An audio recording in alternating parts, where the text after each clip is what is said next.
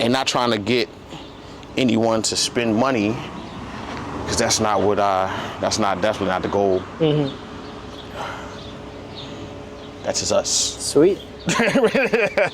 That's just us. Cool. Not trying to get anybody to spend more money than they have to or they should, but if video is that the primary thing that you're trying to? That's what I want to do. But I think in terms of getting a foundation, especially for bread, that doing video and photography at the same time and prioritizing video is optimal. And then when I can specialize in video, I want to just specialize in video. Right. So not trying to get you or saying that the A7 III isn't a good camera. It is. But if you want to do, if both are the thing, I feel like, I don't even feel like this camera is good for that. I feel like this is a video first, like forget first, period. Right. Take a picture. You can take pictures with it. I won't even call them photos. My fault. I got the lens. No worries. It looks like a cup. It do look like a cup. Wow. It even got the like look at the top. Like it's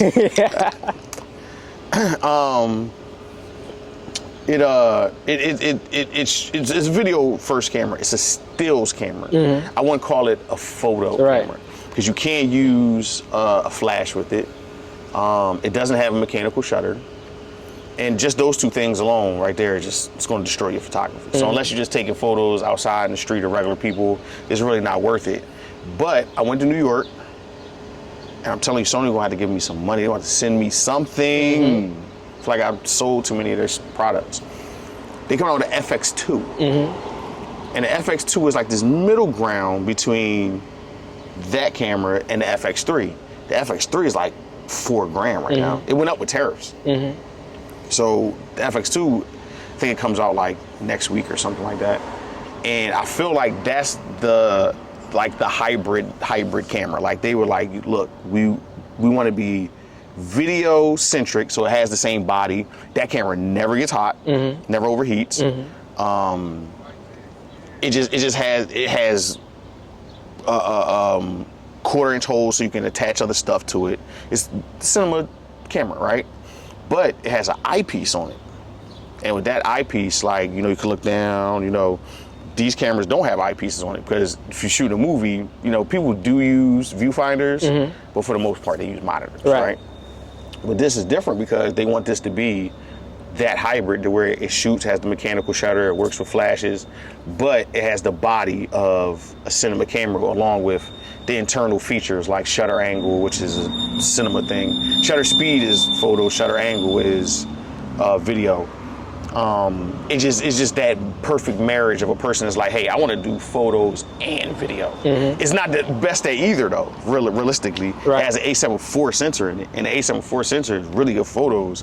It's okay for video. You know what I'm saying? It has that warpy jello when you move it around, especially for a person like, that handheld action. So like, for instance, we shoot this short, I'm going to get FX2.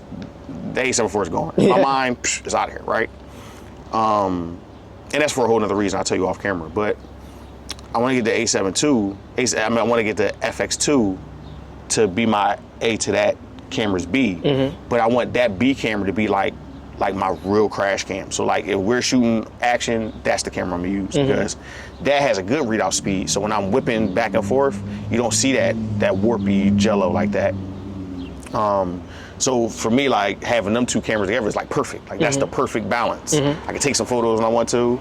I can shoot some interviews. I can shoot some video. I have best of both worlds. I think for what you're doing, the FX2 would be like phenomenal because that's the camera that's going to give you all of those things.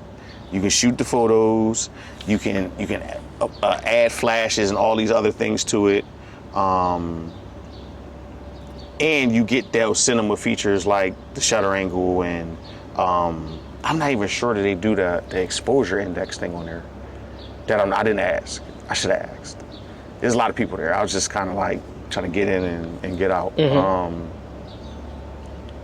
if it do, if it don't, that's awful. But it has a lot of the features. It has all the features that's in that camera. So it's taking that camera and smashing it with an A7 IV. Right. They like had a baby, and the baby was the FX2. Right. I think that would be ideal for it. Like from what you just told me, and like recommend a camera, it's like, okay, it's kind of expensive, but you're gonna wind up buying like 3 cameras, trying to appease each of these things, as opposed to just buying one camera and just putting it all into that. Absolutely, and it's the same thing that I noticed like with guitars, for example, where if you get like a solid guitar, then like it already has like the switches and stuff, so that you don't have to spend time getting all these different pedals to do all these different things. Same thing with an amp. If you get an amp that has a bunch of settings, and you get a camera that allows you for a bunch of settings, then you can play exactly what you want to play if you're not a specialist. And I'd rather be a generalist than a specialist, but I do have my priorities. So for example, the Gibson Les Paul is like a really heavy guitar. So for like 80s style like guitar solos or even like blues stuff, it's like perfect. Like Slash plays a Les Paul. Whereas like if you're doing like a whole bunch of tinny like country stuff, then like a Stratocaster might be better, and that's why certain people choose a Stratocaster. It's the same thing I've noticed with cameras, where if you have a camera that does the thing that you want it to do, then you don't have to compensate with all this extra gear. And that's kind of where I'm falling, where that's why I had to get rid of some things, because like, oh, this camera doesn't do all these things. I could put an FX6 on a gimbal. Why? Why would I want to do that? You need that backpack, man? Dude, I'm not trying to, I fancy that I'm a fairly strong guy. I don't want to prove it all the time. I don't want to be like, man, I'm strong. Look, I can pick this up. Like, I don't want to do that. Like, even like when I was circling you guys with the gimbal, you know, the gimbal was light, the camera's light, the lens is light, but just the focus of trying to be still, right, and move when necessary. That'll make that camera feel heavy, right? Because you know you're concentrating, you're in this line of focus, and it's like, wow, this weighs a lot, even if it doesn't. You know, because if I wasn't focusing on anything, I'm just holding it. It doesn't weigh that much. But then once you yell action and you guys are moving, it's like, oh, I have to come here, go around that way. Okay, this is kind of heavy. So having an even heavier camera on there is ridiculous. Like, I see people doing it, and I think it's unnecessary, because now that I have played with a variety of cameras, especially in Sony's line, the FX6 don't look that much different than a FX3, which don't look that much different than this FX30, which don't look that much different than the A7 IV, which don't look that much different than the A6400, which don't look that much different than the A6700. They kind of all look the same, and that goes to, we just are at a point in technology, especially with cameras. Like the camera in your phone, you have an iPhone, right? Exactly. Okay.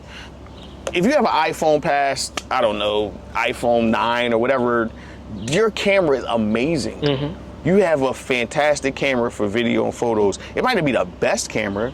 It's not an Ari or a Red or nothing like that, but it shouldn't be. For what we have in our pockets, for what we can go get at Best Buy, for what, dude, we are in the future. We can make movies now. Before, it was a pipe dream. It's like, no, you know, you gotta go get the camera. We need film. That's a whole different thing. Like I remember wanting to play with film. And one of my friends, shout out to Taj, you saved me a lot of money. Oh, is that a bug? It is a fly.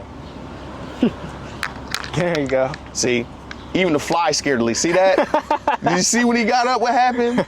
He said, man, get out of here, fly. He didn't even say that. He just looked at him. But, damn, what the fuck I was saying? Shout out to Taj. Shout out to Taj. Playing with film. Taj plays with film. He does beautiful work. His work is amazing.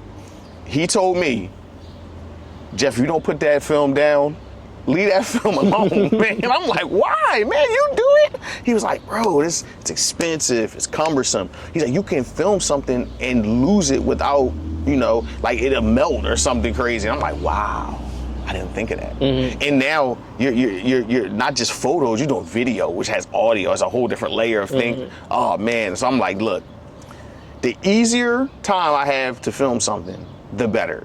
What camera makes that process the easiest? So I can, bro, we're about to do an action scene. And not saying I'm freaking out about it. I'm always up for challenges, right? But I've never did it. I've never done it before. And I want to take that and put that in front of people's eyeballs. And they're going to be like, you messed up there. You didn't do that. I know that's going to happen regardless, right? But the challenge of doing it, I want to be challenged by doing it. I don't want to be challenged by the camera. Right. I don't want no challenges when it comes to the camera. When it comes to the camera, I want to be able to go. We're on it. That's why autofocus means so much for me. I know people are like, oh man, I'm like, I can manual focus a camera. I mean, you should learn how to do that because then you're gauging distance. A box. It's all about gauging distance. Right. That jab is about gauging. I'm kind of into that.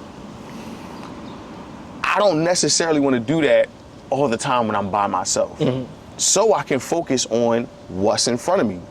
So whatever camera can make that process from getting it out the bag and getting in front of people easier, I'm going for that. So even the slightly better image quality, because like I told you, the Blackmagic cameras, the image quality is actually better on those cameras. But they're kind of cumbersome. I mean, they just came out with that box camera. That's a cool camera, but you need a monitor. If you don't have a monitor, the monitor's on the side of the camera. So if you're standing behind it, you can't see it. If you're in front of it, you can't see it. You literally have to look at the side of it. So out of the box, to me, that's not ready to go. I can't just rip open the box and start working. I can't do it. So that camera, that's something else. I can't mess with that camera. You got those Lumix cameras. Those Lumix cameras that Panasonic making are fantastic, but they have L mount lenses. Well, they only been making those lenses for the last, like, I don't know, so many years, right? And when you look up how much they cost, they're crazy expensive. There's not a lot of them. It's kind of a hard sell, especially going from whatever system you starting at and then carrying everything over there. The cameras are great though. No complaint about any of that stuff. The stabilization, because that's what you were thinking about. You're talking about the stabilization. Second to none. Sometimes it looked like you had a gimbal. Exactly. Which is nuts. That is insane to me, right? But the trade-off is I'd rather have more glass, because this is what's, to me, that character and that look that everybody's shooting for comes from these. All lenses. Did you see the Batman? Yes. The Batman. Yes. You probably seen all the Batman movies, right? I've seen the least of the Batman. I've only watched it one time. Okay, all right. That's fine. Visually though, I don't know what camera they used. I have no idea. But I know what lenses they use, right? Because those lenses, those like they old Soviet lenses, they have like those real frayed out of focus corners. You feel what I'm saying? I don't know if you remember the scene, but the Riddler's the villain in this movie, and he opens up by killing the mayor. He hits the mayor with like a hammer or something like that. He hits him with a hammer, bang, the hammer flies out of his hand and it slides across the floor. The camera's at the end of the floor where it slides at, so it's like it's sliding to him in focus, right? He's out of focus. It's so detuned that it looks warped. Like it looks like, I don't know, like it's just a weird looking image, but it's so visually striking, it directed my eyes to the hammer. You feel what I'm saying? Right.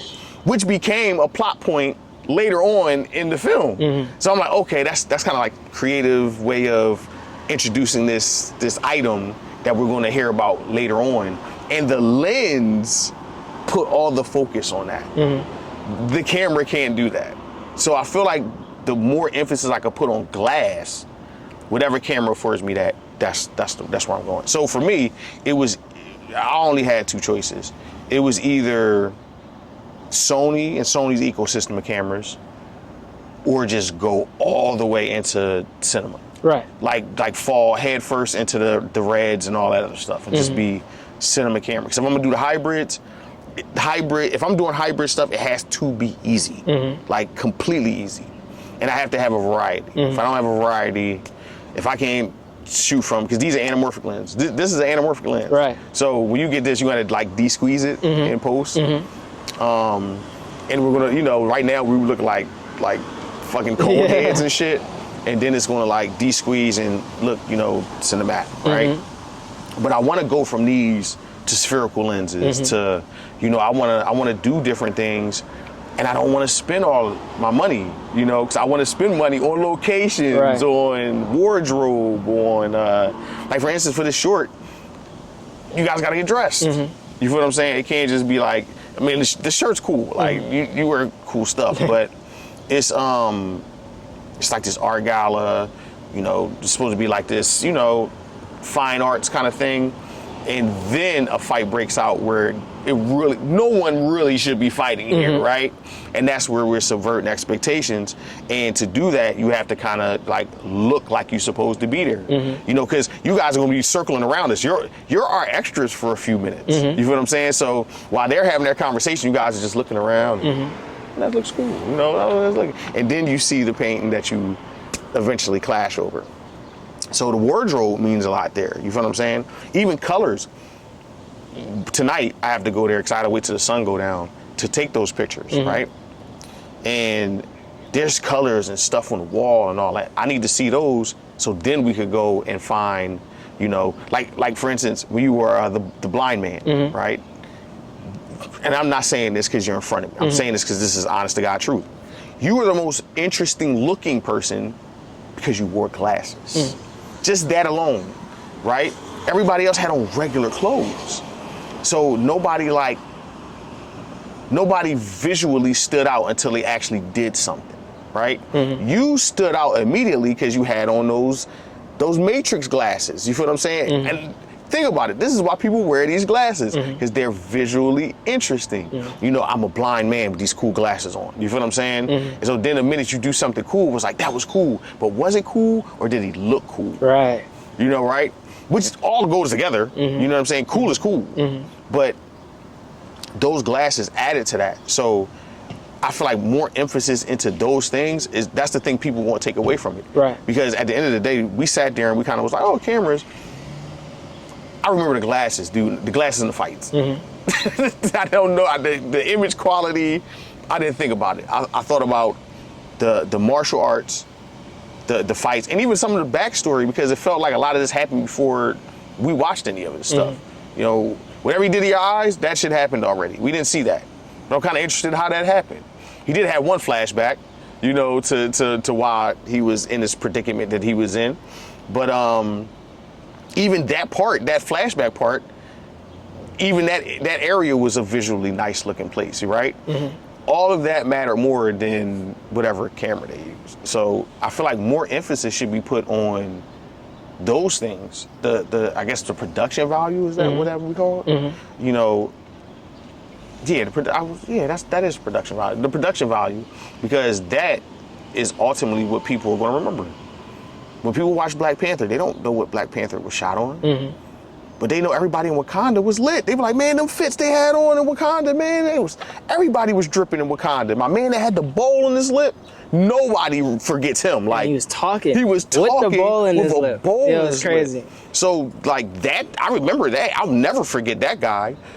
I don't know what Red or what fucking what's another camera that people use? Canon, Ari. Yeah. I don't know what they shot it on. I really, to this day, I still don't know what they shot it on, because it's not even one of those movies that when I looked at it, I'm like, man, I wonder what they shot it on. Because it kind of looks normal, if that makes any sense. To where when I watch something like The Batman, it's like, what did they shoot this on? Like, this is weird looking, but it's done like that on purpose. Right. It's purposeful weird, you know what I mean? And that's where the glass came into play. Right. Because that Soviet glass is something else, man. I got a Helios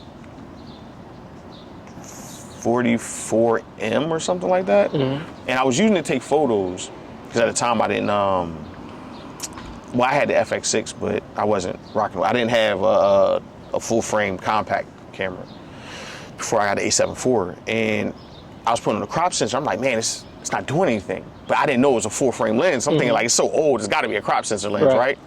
And then I finally put it on the full frame, man, and I'm like, when it came alive, the first thing I thought of was like, the Batman. This is what they made this with. And then I looked it up, sure enough, that's the lenses that they shot the Batman with. Sure enough, yeah. And I bought that on a whim, because I was hearing about it, but I didn't, you know, I saw somebody on Facebook Marketplace selling one for $100. I met him at like a Starbucks somewhere, and I'm like, oh snap, this is what they shot the Batman on. These old rickety lenses from, you know, because the Soviet Union used to have a whole camera explosion back in the day, from that time period. And it looks beautiful. They added that character that like really stands out. Even anamorphic, going from anamorphic to spherical. You know, you get them streaks of light and the bokeh and all that character that doesn't come from the body. The camera bodies, you know, it's a dime a dozen, man. You eventually you're going to run through a lot of those, but you should collect these. These are the ones that you like, look, my favorite lens. Because I don't have a favorite camera. Favorite camera is not, because after a while, like I just had your A7 III, and after a while I'm like, oh, this feels kind of like that camera. Right. Which felt kind of like that camera. Right. It's kind of the same. They have different features. They add stuff to it, you know, make your ease of use better. But for the most part, it's all the same stuff. So I didn't mean to get into like the filmmaking gear thing. Well, that's good, especially like on your camera. I think it's important to express the experience of operating with different gear and the mentality that goes behind it. Because like in the Book of Five Rings, Miyamoto Musashi says that like a warrior should never have a favorite weapon. But then he goes to list like 150 techniques. Okay. And he's like, these techniques suck, these techniques are amazing, and this is why. These are the techniques I prefer. Right. And technique, I feel like that is a part where I think I'm more into technique than the thing used for it. It's like gloves, right? Like not to get in like boxing and shit, but like I don't have a favorite pair of gloves, right? But I do prefer things when it comes to gloves, right? I have a preference. I don't necessarily have like I don't care about the brand, right? I don't care who makes the glove, but I need to have some type of ridge on this side of my hand. So when I close my fist, they don't just open up freely. Right. I want to open it up myself. Right. So when I'm in my stance and I'm catching punches, I'm opening my glove myself. When I throw a jab, I might not close it. I might not do this. I might have it open and then close it on impact. Right. Right. So anything that can afford me those things, that's where I'm going. I don't care if Rival's making it, Everlast, Grant, Title. I don't care who it is. Long as it has that and I'm able to, it's fine. Same thing with cameras. It's certain criteria I need that I just can't trade with. Overheating is a no overheating. You know, that's why I want to get rid of the A7 IV. A7 IV let me down a couple times, man. I'm like, this is embarrassing. Right. Because when you go tell a client, hey, my camera's hot. They're like, what does that mean? Right. I'm like, it's not working because it's hot. Nobody wants to hear that shit. They're like, come on, dude. Right. Turn it off, turn it back on into something. They're dancing. Take it, hurry up, right? Nobody cares about that. And I remember having that on a shoot, and I was shooting like this Baptist church has these tea parties for all the women, and they get dressed, they put on like the old, you know, the old black tea. Yeah. They put all that stuff on. It's a nice event, beautiful event. So they come to me like, hey, listen, I knew you were here because I was only there to take photos. Hey, I know you're only here to take photos, but we would really like some video, would, you know, compensate. All that, we went through the whole thing, worked out perfectly, right? So now I'm switching between photos and video on the fly, right? If I see a good photo, snap the photo, go right to video, shoot it, right? And I'm doing that over and over and over again. So then the guy comes to me, he says, hey, listen, you know, cause he keeps tacking on stuff, but it's such a cool event. I'm working, but I'm not really working. We have food here. This is not work, right? So I'm like, fine, whatever you want to do. So he's like, hey man, you think you could interview some of the ladies and ask them about their experience here at the ladies' tea? And I'm like, sure. So as I go to do that, I look at the camera and it's like this little, it's little too, like this little image of a thermometer. I'm like, I don't know what that means, right? By the time I go to make it over there, the camera cuts off. I'm like, shit, I feel aside of it. It's hot. Damn. So I'm like, well, I got to stall. I got to, you know, let the camera. So what I did was I changed the battery, right? That helped. But I still had to stall a little bit. So I was like, all right, come on. I'm going to get started. I'm going to set you over here. I was BSing, bro. I was bullshitting them. You can sit over here, put over there. We're going to sit over there because this light's good. You know, I'm doing all this stuff. I didn't have to do that. I'm doing that to give the camera time to recuperate. And then finally, I get the camera back on, I shoot the interviews, everything turned out okay. That could have went completely left, right? Because you come here, you're supposed to be a professional, right? You got to handle yourself as a professional. The last thing a client wants to hear is that the equipment you bought doesn't work. They don't care, none of that matters. You got the deposit, make the thing happen. So that's when I was like, I can't work with these cameras. I need cameras that have fans in them, cameras that I don't have to think about in the back of my mind that it's getting hot. And then somebody was like, well, they sell this fan. I'm like, do you have to charge it, put a battery in? It's like, yeah, you got to charge it. That's no good, right? Because that means that's a whole other thing I have to charge to get out the house to go use it. Right. That's no bueno. I need all of that baked into one item so I can just snatch that one item and go, right? And that's where these FX cameras came into play because they had fans. I was in Vegas, it was 115 degrees every day I was there. Even higher, fluctuate, high, low, 115. Look, I bought this, man. Like, I asked to be here. This is what I wanted. I can't complain. I'm in the desert, it is what it is, right? But I knew, I'm like, I really hope this camera holds up. Dude, I shot, now I don't know how much footage this adds up to, you know, in relative time, but it was like 600 gigabytes. Dang. It took almost a day to get it off the card, right? So when I exited the car, I had to just leave, right? 640 gigabytes, right? I filmed for 2 days. Not a warning. It didn't even feel hot. Right. I mean, I was hot, so who knows? It probably was on fire. Right. Because I was on fire. Right. But nothing. And I'm like, this is the perfect camera. This is it.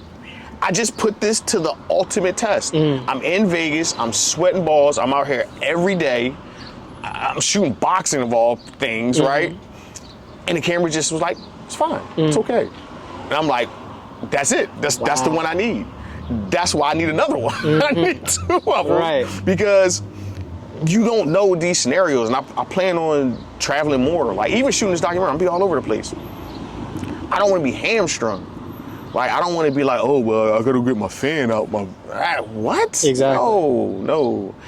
The easier the time. That's what all of this stuff. That's why, even come out here today, like, I didn't bring a gimbal, you know, because I'm like, I'm gonna go handheld. I really want to do this handheld. I've been watching all these movies, and I see it now. Like, you know, you got some people that do the gimbal thing, but that's a guy with a steady, you know, steady cam.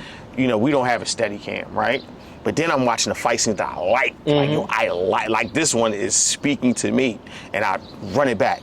Okay, now this is, I just enjoyed it. Now, how did they shoot it, right? And I'm watching it, and I'm like, they did it all handheld. The camera's moving. That's a human doing that. Well, how can I do that without a lot of shit? And these cameras just do it for me. Nice. They just work. I just need cameras to work. I can't think about the technical aspect of it because I'm more concerned with the creative aspect of it. The technical aspect, and luckily we get bigger budgets and stuff. We can have, they're the tech guys. We're the creatives. I want to be on the creative side of that. You know what I'm saying? Even though I do like tech, I do like cameras, I do like all of this stuff. I don't want that to be a driving factor for what I'm trying to do. Exactly. I've seen it pretty much in everything. When you have someone that drills down their specialized skill set into one very specific area, your creativity goes out the window. Out the window. Because you're so technical. Everything's just, it's in this just technical box where, like right now, I know you shouldn't care, don't care about this shit. But in the filmmaking community online, you know, it's been and I said that with quotation marks, it's gear. It's all about gear. Who can sell the most gear, who's buying the most gear, who got the new big shiny camera. And I see that, and I'm like, man, that's cool, but I want to watch what you made with it. Right. I mean, like, I care, but I kind of don't care. I more so care about what you made with this camera. And it's a YouTuber named Brandon Lee. I don't know if you ever heard of Brandon Lee. Yes. L.I., like, and he's out there in, like, Bangkok and all these other places. And he shoots action stuff from time to time. And, you know, he has gear and stuff like that, but I always notice, like, I'm like, man, he made that with just that. It was like him with a gimbal, or him with a monopod and a gimbal, and he's running around. Like, you ever seen me? Excuse me, he's active filmmaker. And I'm like, that's the closest thing to me, in my opinion. You know what I'm saying? Like all these other guys I see, I'm like, yeah, we're on different planes. Like, I like running around on my shit. I like actively, you know, my filmmaking is like, you have to get dirty to do it the way I want to do it, right? So to do that, I can't do that with a lot of stuff. You know what I'm saying? I can't have, even if I have people, I still need like the minimal amount of things. And you'll see, once we start shooting this, I'm like, because I have a bunch of gear. Like, I'm not gonna say up front for the camera, like, I don't have gear. I got a pound of gear, bro. unnecessary shit. Shit, you like, why do you even have that? I'm like, I didn't know any better. I thought that I needed it until I realized when I first started, Lee, I didn't know nothing. So it was like, well, the more stuff I have, the easier that will come along. And it didn't happen that way, right? So I was wasting money. So I had to resell a lot of stuff, that kind of thing. Once I actually start working and I'm getting gigs, I'm getting picked up, and I'm putting together projects, I'm realizing the more stuff, the more I'm adding to it, the harder it's making the process. So I was subtract. Oh, it got easier. Subtract. It got easier. Subtract. The more simple it became, even to the point where the ideas I was coming up with became more simplified, because it was like, oh, this is something we can get done right now. We don't have to wait a year. We don't have to wait till nothing. We don't have to wait for anything. We can make this now. You feel what I'm saying?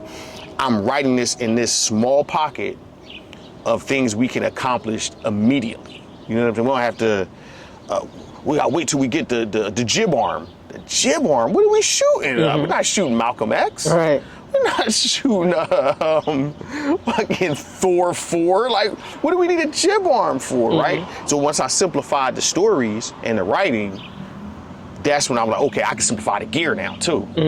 You know, so like even shooting this documentary, I want an FX2 because I like the capabilities. I don't need an FX2 to shoot this documentary.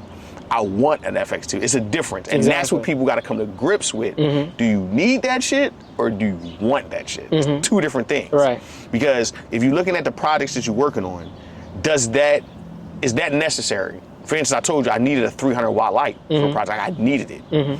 Now, I should have just rented it, but I bought it. Rent the shit, guys. Yeah. So I rented it, and I bought it, and I needed it to emulate moonlight. You know, we were shooting in the dark. It was making a short about a doll, a possessed doll, and I was the overly concerned dad in this film, right? And we needed moonlight. We needed moonlight to kind of shine on the doll's face, you know, give it that sinister look or whatever. And the light I had, probably like a 60 watt or something like that. Man, I turned it on, you couldn't even tell. Right. So that's when I did my research and was like, okay, I need a stronger light source. And I fell into this 300 watt, and it worked out. So in that scenario, getting a piece of gear was necessary to complete what we were trying to do. What was on the paper, what was on page. But then there's times where I never forget this, and I'm not calling nobody out, because whatever your creative process is, that's what it is. You know, in fact, I wouldn't even advise anyone to change it. If that's what works for you, do that. But this guy was shooting a music video, right? And he had a jib arm. And I'm watching it. I'm like, why is that here? What shot in this music video are we panning from the sky to the ground, or from the ground to the sky, or from the ground to over here? What? I didn't know this was like a story-based thing. I thought this was a bunch of people jumping up in front of cars. So I'm like, so I'm asking, like, and I don't know, this guy probably was like, this guy's getting on my fucking nerves asking all these questions. But I'm like, what shot are you using this jib arm for? And he stopped and he said, well, when they rapping, I want them to look up at the camera. But I'm like, bro, they're going to be this big in that frame, and the rest is going to be sky and whatever bullshit is in the background, which is nothing. Like, we didn't have the great city of Philadelphia behind us, man. We had like a gray sky with no clouds or nothing. Like, it was just flat. I'm like, ugh. So then I watched I didn't say that to him. Like I said, this is his move. I was just there. You know what I'm saying? And I watched it, and that shot is in there, and I'm like, what the hell is this? Right. So it was kind of like he probably had it and needed to use it to justify having it. Exactly. I done seen a wedding photographer do that. The homie got like the big like metal, like it looked like something from like Dr. Octopus from Spider-Man, and it's like on his stomach and it spins around and stuff. Oh, okay, I know what you're talking about. I know exactly what you're talking about. And it just because that's what he wanted to use. Yep. But it's because a lot of this industry is gear driven, because these are the people we look at, you know, and not trying to, you know, switch gears into capitalism and consumerism, right? But yeah, can you sell your movie? Sure. It's a hard sell though, right? Getting somebody to sit still for an hour, 2 hours to consume your story is a hard sell. We look at marketing for movies; they're ridiculous. I know they got a I Know What You Did Last Summer, like the reboot or something like that coming out, sequel, whatever, and like they're marketing it by having the fisherman in public, like he'll walk past us just like he's stalking somebody with a knife. I'm like, that's a hell of a way to market a movie. It's creative, right? But that's how bad they need to get people in the theaters, right? They had to do these whacked out things to market films, right? So they're they got this fucking guy in this suit walking around just so they can sell this movie. Most regular people probably aren't going to sell their movie. Most regular people are probably going to have their movie on YouTube. God forbid you put it on Instagram. Don't put your movie on Instagram, right? But some people do, because that's where their following is. So they're putting their movies where their following is, and they're making any money. They're spending money making a movie. And on gear, right? But if you look at the gear, this is the thing that has a brand on it. Blazar makes this, right? And Blazar didn't give me this. I bought this, right?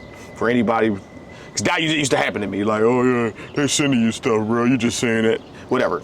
I bought this, right? I bought that lens. I bought everything you see here. Nobody gave me anything. So all of these are brands, right? Blazar, whatever, makes that lens. Sony, that's a small rig right there. Like all these brands, it's easy to identify. A person can identify with that easier than your creative movie, which they might not even understand. Exactly. You might be hitting points that's like that either they're not ready for or they're over already, right? We're making a film about the importance of art and why art does hold value, and it still holds value today, right? No matter what anybody says, and I feel like it's going to be till there's nothing left here on this planet, right?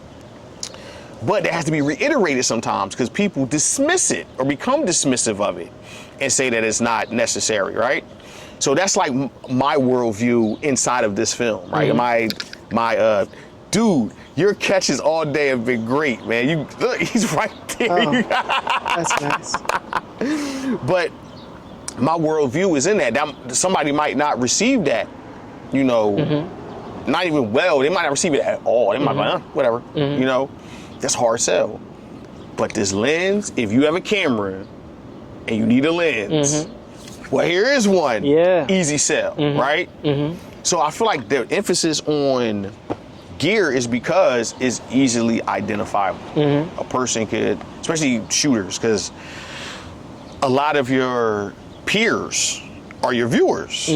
You feel what I'm saying? Exactly. Like a lot of your peers are going to be the people that watch your stuff. So it's easy for me to be like, oh yeah, I'm talking about this 50 mil. I'm talking about this 35 mil or something like that. I'm talking about this new camera. Because they can say, hey, listen, I like what you said about that. I think I'm going to go buy it. Exactly. Look, we got these look, I'm a nut, bro. I put black tape over the logos and everything. I'm crazy, right? But, you know, these are what people can go and emulate. Say we make our movies. Say it's great. Say we get some festival things. We could put them ribbons, the festival ribbons on the thumbnail. Like, yeah, we want some short film. Or we can do that. Well, not many people can do that. So you don't relate anymore. You're out of being relative. You know, you that person's like, well, none of my films ever won anything. Is it because I'm good? They start questioning themselves, or is it because I don't have that Blazar 50 mil? Is it the shoes? Is it the shoes? That's it. That's really it. Is it the shoes? Because then, you know, there's some hero worship going on here. There's some, well, I'm a huge fan of Martin Scorsese. I'm a huge fan of Spike Lee. I'm a huge fan of this person, right? Well, they had this, and this when they made that. They made that with this cool lens here that did that thing. So they feel like, well, I need that so I can make that. When the truth of the matter is, they had good stories. These are great storytellers, right? And this facilitated the story that they want to tell. Right. I feel like the community has to get to a point of this being the facilitative thing to their thoughts, to their ideas, to their creativity, as opposed to being the driving factor. And I'm gonna say this, and it's gonna be, and people gonna come back later, you know, they'll watch this and be like, that one you made was trash, man. See, but the truth is, a lot of people are making pretty garbage. That's why I call it pretty trash. So it looks nice because we have the lenses, we have the cameras, we have the lighting, we have even the knowledge of lighting. Like, that's not a secret anymore, right? It's all out there. But then the minute someone opens their mouth and says something, you be like, ooh, the AI write this? This is awful. Like, this is terrible. And it's because a lot of people haven't injected themselves into their art. I don't know who you are. Like, I have no idea. I should be able to watch some of yours and be like, I get that guy. Even if you're not telling me, like, my name's Lee, you know, okay, you didn't tell me that, but I watched something, I was like, I understand that guy, right? And I feel like my favorite filmmakers, I understood them from watching something they made, right? It's this guy from Philly. He's a filmmaker that does YouTube. That's how I'm gonna classify him. Because there's some guys, actually, I'm a YouTuber that turned into a filmmaker. Right. I did it the reverse way. This guy, I wanna say, I'm not sure, I wanna say he was a filmmaker that did YouTube. His name's Danny Gevertz. Hopefully I'm saying his name right? And he made a film, a real film, like not you know, a 8-minute, 18, 20, 30-minute film. Nah, this is a full-length feature. You know, this is, let's say hundreds of thousands of dollars of a production right here that we're watching, right? And I saw the making of it, right? And when I saw the making of it, I was like, damn, that's cool, right? And one day I'm driving down the street coming home from the gym, and I see like a group of guys, kind of like what we're doing, you know, like we got the cameras out, but they have a lot of shit. Like they have scrims and all this stuff. I'm like, man, I wonder what they're making out there, right? So I pull over and look, man, that looks cool, right? And I drive home. I'm sitting back, I get on the phone, I jump on YouTube, Danny Verse has a new video, I'm gonna watch it. He's at that place. I'm like, that was them. Why are they up the street from my house? Like, why are they at this school? I didn't know he was from this area, the area I live in. So I'm like, oh wow, they're shooting their movie at the school I just drove past, right? And then I see on Instagram that they looking for extras. I'm available. I go over there and check it out. So long story short, I'm an extra in that movie, right? So I go to the set. I'm observing. I'm watching. And one thing I took from it was that I never been on a movie set before. That the script was everywhere. Everywhere they went, they referred back to the page. Okay, so this, and then you got 3 guys huddled over. They're reading. All right, so you know when you say that part, you know, and I felt like all the emphasis was there. I didn't see them swapping lenses or nothing like that. Even though I'm pretty sure they did, it was just such an emphasis on story. And then when I watched it, I was like, oh, I know why he made this movie. I know why he made it. Like, I never talked to the guy, never spoke to him, because they were in their element. Like, you could tell, and this is a stressful environment. You can see, you know, it's hot too. So, the guys are working. But when I watched the movie, I knew, one, that you can tell that drug abuse was big in his life, right? And using drugs to hide the truth from not just the people around you, but yourself was a big theme in that movie. He never had to say it. It was strung all throughout it. You know what I'm saying?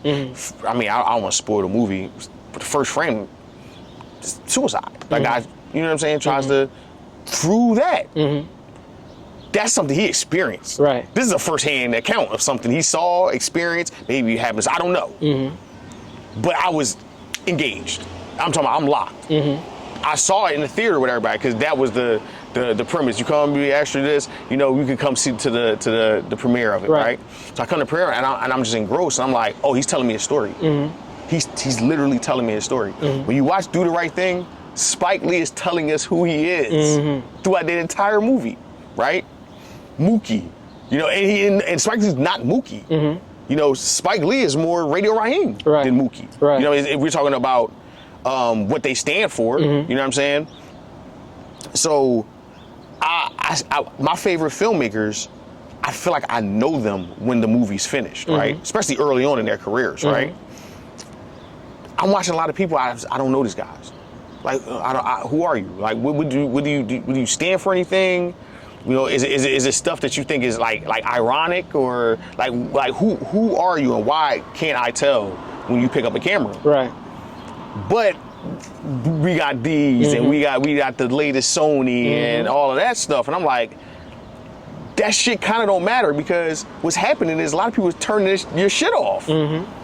I feel like that's what you don't want. Absolutely, and in that's why, like, I really want to understand how to make like 30 good seconds and 1 good minute and 5 good minutes. Because even now, I got people coming to me, they're like, I want to make a feature. And like, I've never made like a good 5 minutes before.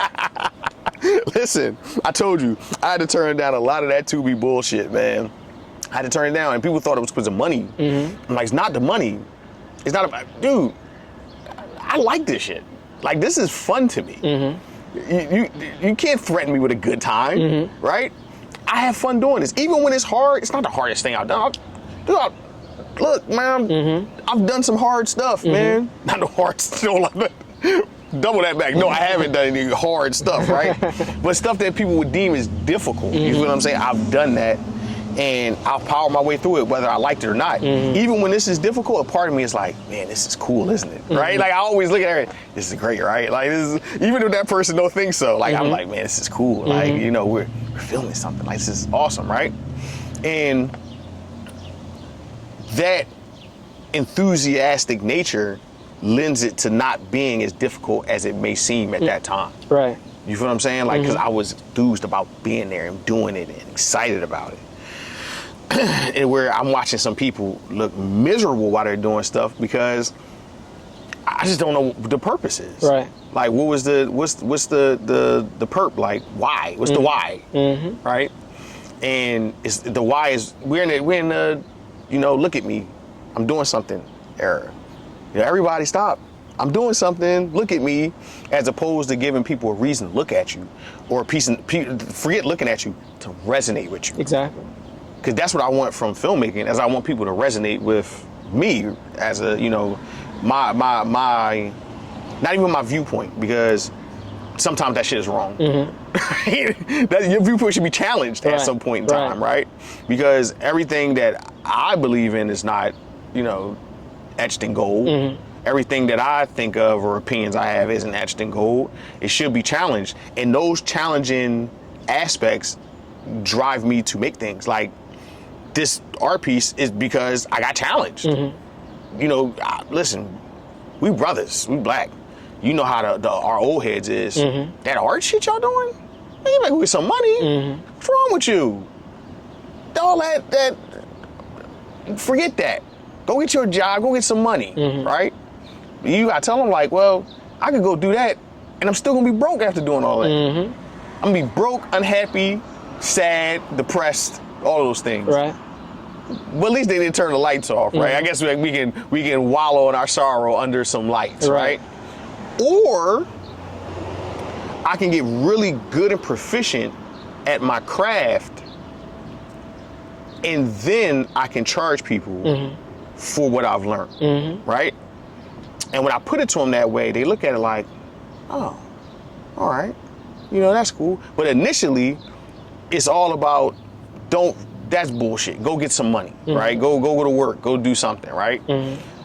So art, you know, it's always this contrast between people who believe that it's completely necessary and we need it as a society, as a group of people to prosper. Is what's going to be left when we're gone, that kind of thing. And the people that's like, we need to put more resources in school, and we need more doctors, and we know. But I tell them the same thing. To be in the sciences, you got to be creative. Exactly. It's all a part of the same bubble. Right? It's just that this person making something like films was kind of frivolous. You know what I'm saying? That's okay, but I might be able to change 300 people's minds. You feel what I'm saying? I know I got some doctors in the audience. I know I got some guys that's going to be doing great dental work in the audience. You feel what I'm saying? I'm going to inspire their creativity today. That's my job, right? You know how many people probably watch The Matrix? I'm like, man, they went to class afterwards. Man, like, you know, it inspired them to do something, right? That's what the arts is for. It's for inspiring the future. So, that my opinion of that and worldview of that is inside of my work, right? And I feel like more creators, if they want to be creators, they got to start being creative. One AI is coming to take your job today. Like, it's happening right now. So if you already don't have the creativity to pump into AI, because that's all AI is doing, is taking our creativity and mashing it together to make a monstrosity. If you don't even have nothing to put in the pot, you're done. Right. You're done. AI's not going to save you. AI is going, you're going to put a prompt in and my shit going to come out. Exactly. I be literally looking for certain stuff on AI, and people that I know be popping up. This person's an expert in this field. All right, ChatGPT, thanks for the referral. Right. Thanks for the referral, because at the end of the day, that's all they're going to do is refer you to me. Exactly. You know what I'm saying? You're going to put something in, Dolly's shot was locked off, and then Spike Lee's going to pop up. Because guess what? That's his shot.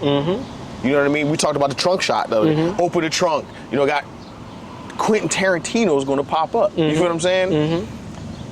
Oh, you have to input things into it. You have to put that creativity into the AI to get something out of it. So, not being creative and being hyper focused on the material aspect of creating films, it's not going to do anybody any favors. Arguing about cameras is not going to do anybody any favors. That shit is insane. That's nuts. People arguing about cameras? What? Imagine me and you just had a battle about, one, we got the same brand of camera, so it's not even going to, but you say you had a Lumix, and I'm like, psh, man, them Lumix cameras ain't shit. And you like, excuse me? And then we get up, we have our own battle. You'll be doing that over everything. And I really want to just have a foundational understanding, because the foundational understanding applies itself to everything. Yes. Now, I am a person who seeks understanding of situations that I don't have understanding of. You know, I don't want to be dismissive of anything, right? I don't think I'll ever understand it, and I've tried to. I started off making video game content on YouTube. And a part of me got away from it because I was like, I don't understand this. This doesn't make any sense to me. So I can wake up today and buy an Xbox. And all the people who like Xbox like, yeah, good job. But then I'm like, you know what, tomorrow, I think I'm gonna buy a Nintendo. And then you all hate me for it? What? You know, we all could go to Best Buy. We can buy, let's get all of them. Let's see what happens, right? So I eventually did that. I had everything. And nobody liked me. Exactly. That's the... These people are dealing with stuff internally, and then they project externally. Don't understand They project onto other people. I get it, but I don't get it, because it's an inanimate object. This object doesn't move until I make it move. That's the projection. I literally have to make this camera do something. Otherwise, it's worthless. I can leave this shit in here in the park, right? And 3 people can walk past and like, you know, one guy be like, you know what? Fuck that, I'm gonna take this camera, right? He takes the camera and he's fiddling around with it. I would love to see his footage. Like, let's get the SD card after he used it, right? He's fiddling with the footage, and he probably shooting people in his house and all that. You know, who knows? He probably made an OnlyFans video or something crazy with that, right? That's what he did with that camera. Take that same camera, put it in my hands, something completely different. Exactly. It's something completely different. So it's never about that. It's about the hands that's on it. And what comes out of the mind, what comes out of the spirit. That's it. And so when I see people going further than that, you know what they said to me? Come on, just let's have fun. That's literally what they said. Literally. Let us have fun, man. This is fun for us. I'm like, that's insane. The fun is us making shit. That's the fun. And I realized that I'm just an outlier. I'm a outlaw, you know, in this crazy world of people that just want more items. And all these types of people are necessary. They keep the world going. You need all the different types of people. Musashi talks about building a house and how you use different pieces of wood for different parts of the house. So if you have a really pretty piece of wood, but it's super brittle, you let that be on the outside. And if you have a really ugly piece of wood, it's really not and stuff, but it's super strong, you let that be the foundation. Of the house. Exactly. So us crazy obsessed people that be doing a whole bunch of craziness, and like we can't tell people what we really think because they go off the deep end and get emotional and stuff. Right. We are the people that lock in and make sure stuff gets done. You know, those people that like to talk to everybody and be friends with everybody and stuff. They're useful for getting investors and supporters and referrals and stuff, but like they're not going to sit and edit for 4 hours straight. That's crazy. Yeah. Yeah. Listen, I had a guy tell me before. He wanted to get in the media, and we were doing our podcast and stuff. Things were going pretty good. And he's like, "Yeah, man, like that editing stuff you do, man, I can't do it." And I'm like, "You can't do it, or you won't do it, right?" He was like, "Nah, I can't do it." And I'm like, "You can't do it because you tried and it didn't work, or you can't do it because like you can't do it, right?" And he's like, "Well, once an hour passed, I can't sit in front of them." I'm like, "That's interesting." So I'm like, "Man," so you know, I'm being a asshole about it. I went on the video game thing, and it said that he played. Can't remember what game it was, man, but it said he had like 900 hours. 900. Now I did a lot of stuff, like a pound of stuff. I think the longest sessions I've had, probably like. Now, I was trying to get something done. Like I had a real tight deadline, maybe like 5 hours, complete, like straight through, like no breaks or nothing, 5 hours. And I finished it. I got it completely done. I never sat there longer than that. And I've edited full feature documentaries. And I'm like, of course, over the course of days and weeks and months and stuff, but one specific session, no longer than 5 hours. This dude was doing like 10-hour gaming sessions. So that's when I went back to him and said, "Hey, bro, look, I ain't trying." I did it on the private time. Like we was kind of public with the original conversation. I hit him on a DM and said, "Listen, bro, you putting thousands of hours into video games.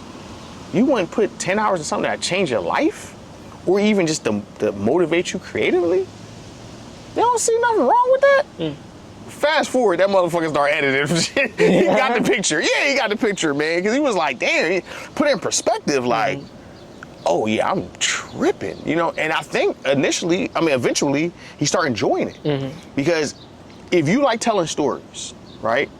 And listen, most people are going to start doing this, and they're not going to have a group of friends to do this with. No one's going to, people going to think you're nuts. They're like, "This fucking guy's crazy. He's just going downtown with this dumbass camera and just shooting shit," right? They're gonna tell you all kind of things, right? When you just start, you don't have friends to do it with. So you gotta do a lot of things on your own, right? It's kind of lonely initially, right? And it's actually a group activity. You know, they're making a film, it takes a group of people, but initially you gotta start yourself.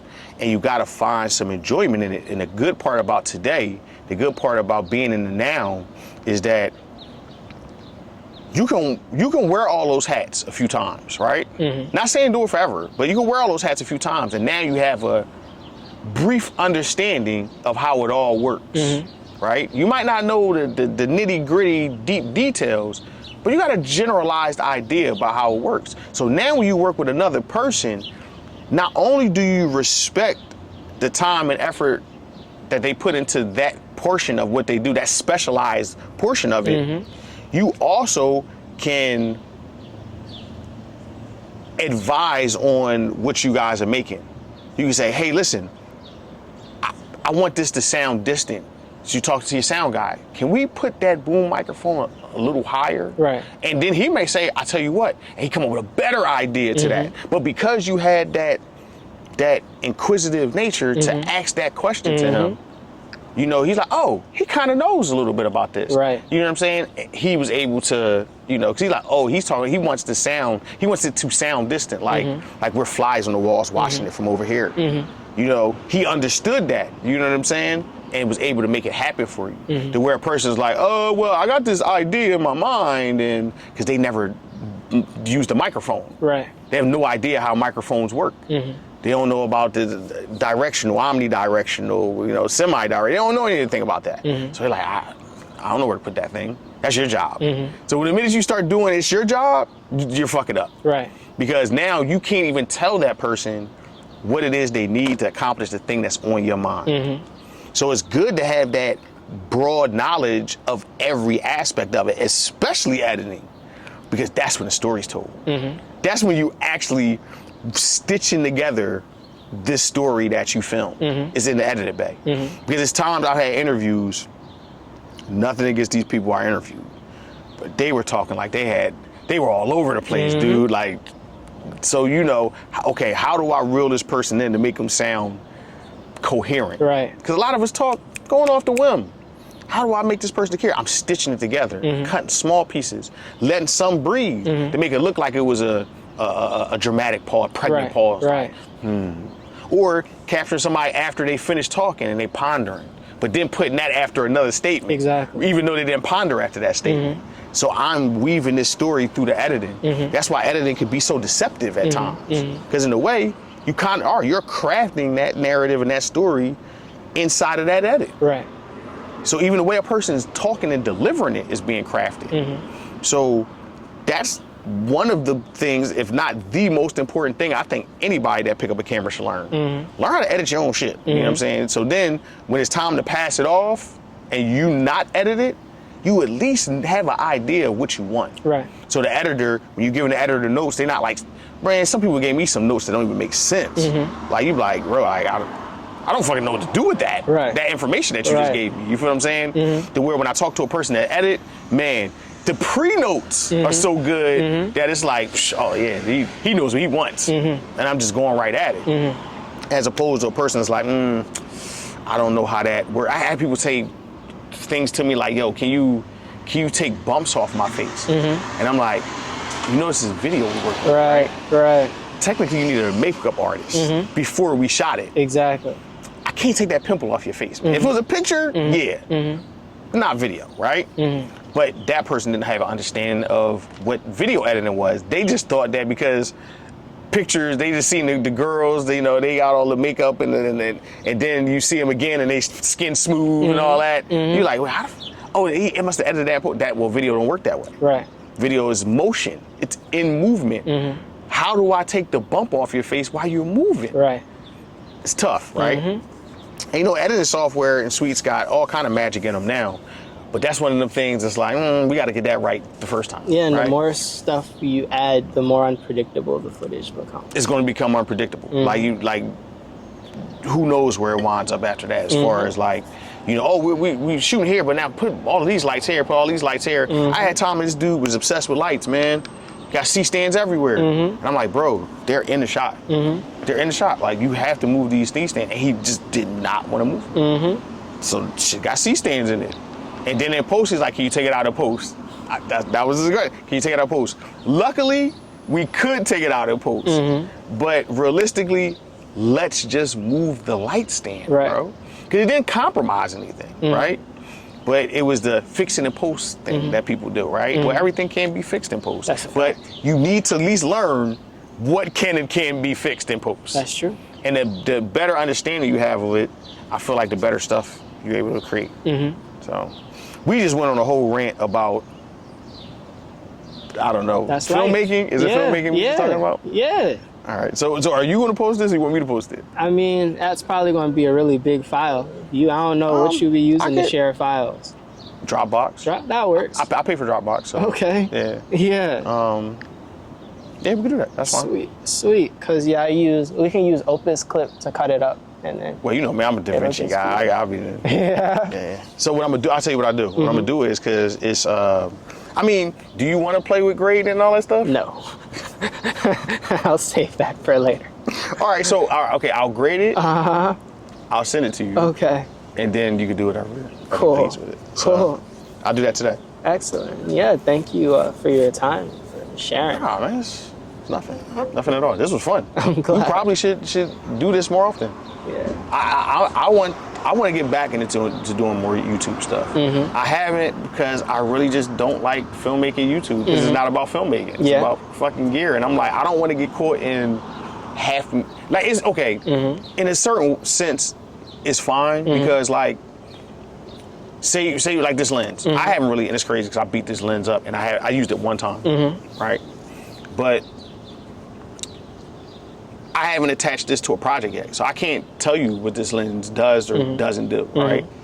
Now this lens I've used a lot more.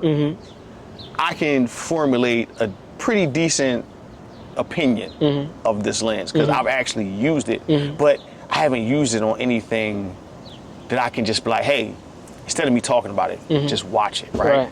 But that's part of what this film is. This film isn't just, one, I wanted to do action, so I wanted to work with you, but I also wanted to do dialogue. So that's when I kind of got into, with my guy Rand and this girl Yan, that's going to be the protagonist, right? And then we found the art gallery. So everything kind of fell into place. Okay, now we can kind of make something it visually looks good. It has layers, you know, and we get to do something that we've never done before. We've never shot any action. We've shot many people talking. We've shot conversations between people. We've never shot two people kicking the shit out of each other, right? Which is an entirely different talent and skill of its own. And that's why I'm like, all right, if I can pull all that together and then say, I shot it with this, you feel what I'm saying? Then I can go on the internet and be like, all right, this is what I really think about this thing. It means that you have an informed opinion. I have a very informed opinion because I'm like, I shot this thing with it, took it from concept to, you know, finality, and this is my opinion of said thing. It's like I would never do that with it because I haven't shot enough with this. You feel what I'm saying? And it also too, while I was trying to kind of wait for that, I wasn't waiting for it, that FX2 to come out, because it was like, oh, that would be a good jump starter for my YouTube page. This new camera, we shoot this short film on it. If that happens, that short's gonna go, dude. You know what I'm saying? I'm talking about gone, because so many people want to know how that camera works, especially like using it with action, right? But we'll see. Yeah, man, shit.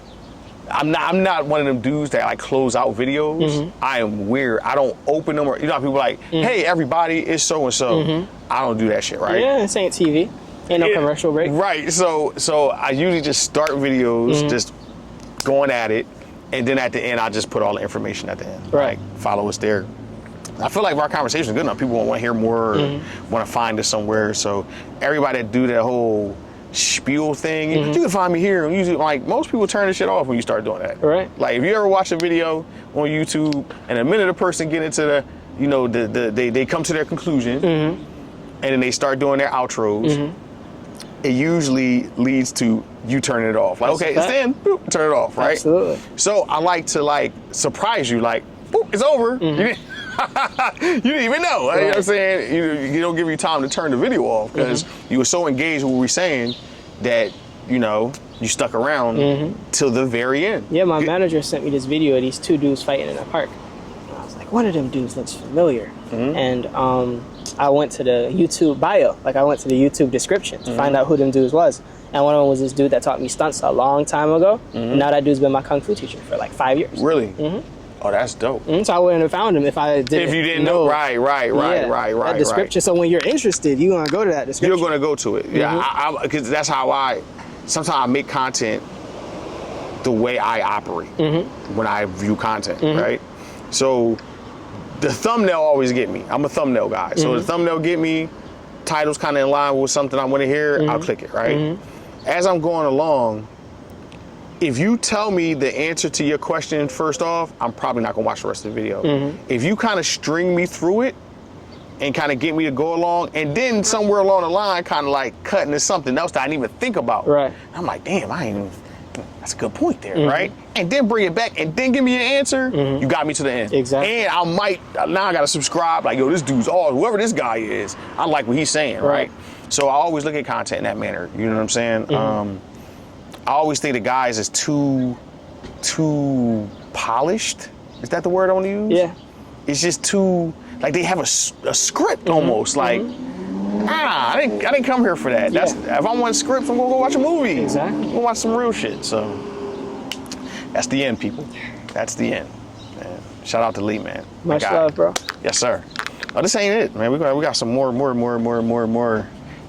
work to do over the course of time. I'm excited about it. Yeah. Like I mean, I don't want to send you nothing that's half baked, so I'm gonna wait a little bit. Okay. But just gonna.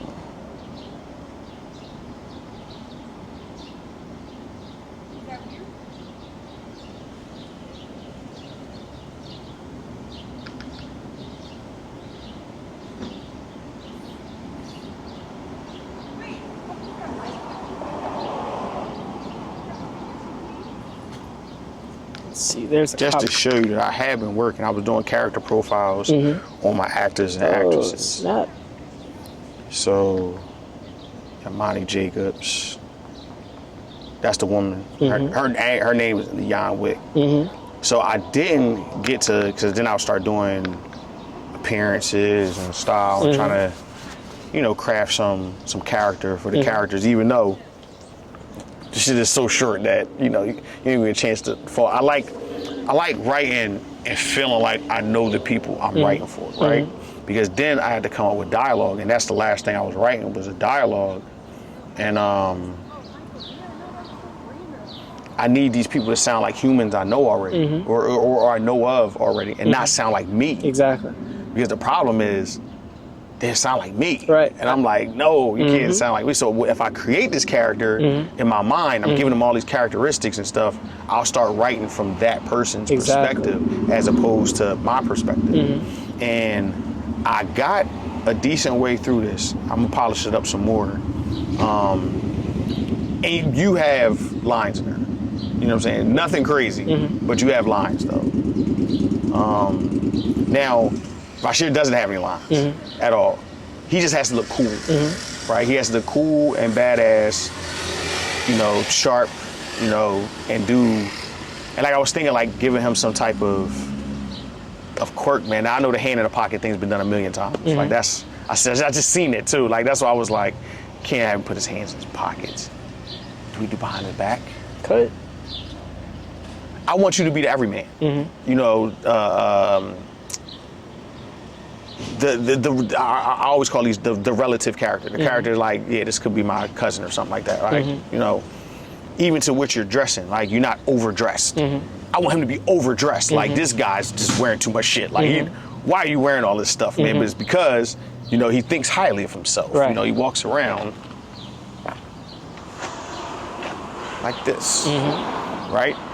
And then when y'all have y'all argument, it's almost like a fight between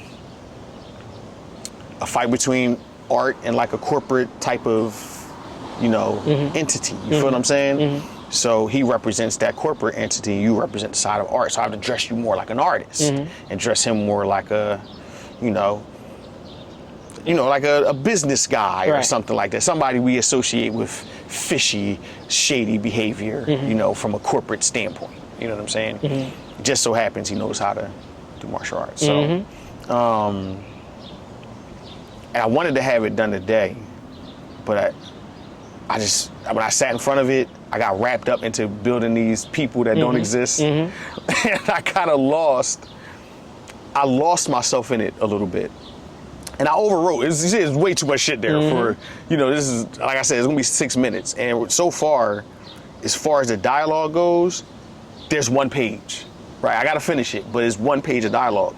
I gotta at least get that to 2 pages because I would assume with the fight,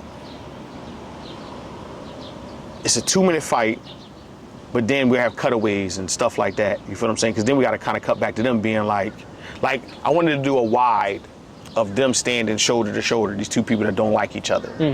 And they're watching you guys fight, right? So y'all guys in the background, right? And they're sitting there like they can't believe what they're seeing, right? And they have some type of exchange with each other, like basically in disbelief, right?